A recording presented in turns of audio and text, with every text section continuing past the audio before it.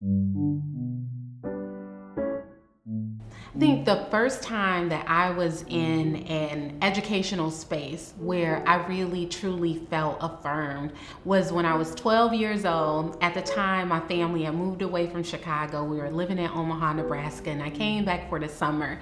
And my cousins and some of her friends convinced me to go to this free summer program. And I arrived at the program. They said, okay, we're at the Shule. We're at the Shule Ya Watoto. And I'm like, Shule Ya Watoto, what is this? And they're like, just come in, we're gonna have fun. They have a trampoline and they're gonna give us free lunch.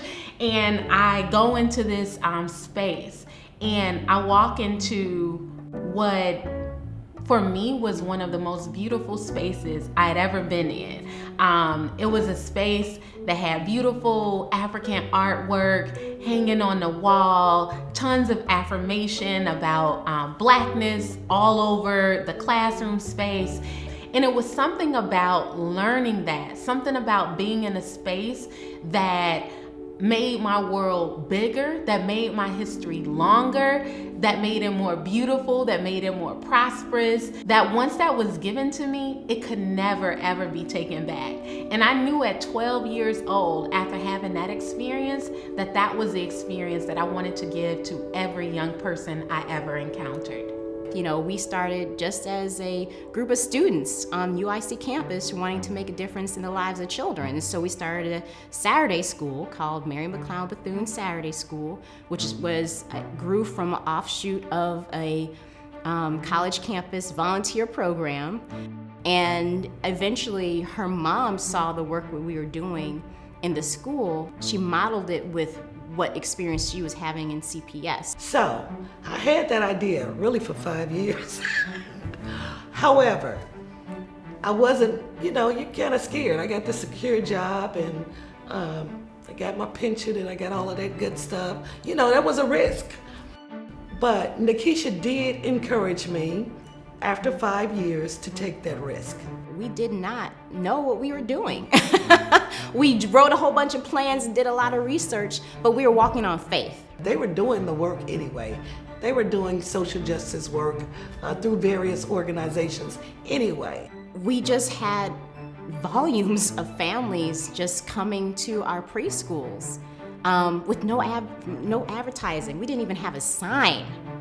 So bringing those two forces together, education and the social justice piece, I think that's what makes VLA a dynamic school. I think the thing that makes It Takes a Village and Village Leadership Academy unique is really our focus on developing leadership. And we have determined or decided for ourselves that leadership means being positioned to respond to the needs of your own family and your own community. I love how our students present at our school because they are free. They are free to be their authentic selves and they are accepted. And so when a student comes in the door, they can expect that when they're in class, everybody's hand is going to be raised. It's not just going to be them. They're not just the smart kid. They're one of the smart kids.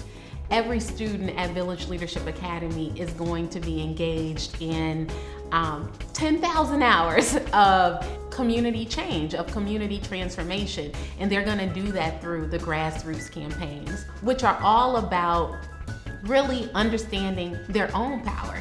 It's really about them becoming empowered and knowing that they have a voice and that their voice is instrumental in creating and constructing the world that they want to live in. It's interesting because as our communities change, so do our anchors in those communities. And we see our preschools and school as an anchor for the community. It is the village. It's a watering hole where everybody takes their child in the morning. I've noticed with families, whenever they're enrolling their new child, is they're looking for a partner. It takes a village for us to grow and to develop the type of human beings that we want to be our future. And so I think we relay that message to our teachers. We communicate that to our parents. So when parents join our community, we sit down and we talk to them and we let them know who we are, what our history is, why we're in this industry. If you're from Chicago, then you know that Chicago is a very heavily segregated city. ton of that segregation is around race. The other half of it is around class. And it's no different for the African American community. I think that its location in the South Loop redefines for our community what a school for us can look like and be. You know, because people would typically think that a school like ours would be only on the west side or only on the south side, but we're kind of in the middle a little bit. A lot of times you will hear people joke about south side and west side beef, and you know, there are some class issues that sometimes impede on folks from different communities interacting with each other. What's been an incredible experience at Village Leadership Academy, as a result of our unique location, as a result of our unique programming, is that we've seen some of that be dismantled. And so we're a bridge. And so we have West Siders and South Siders alike coming in for the sole purpose of educating their children in this wonderful, beautiful space.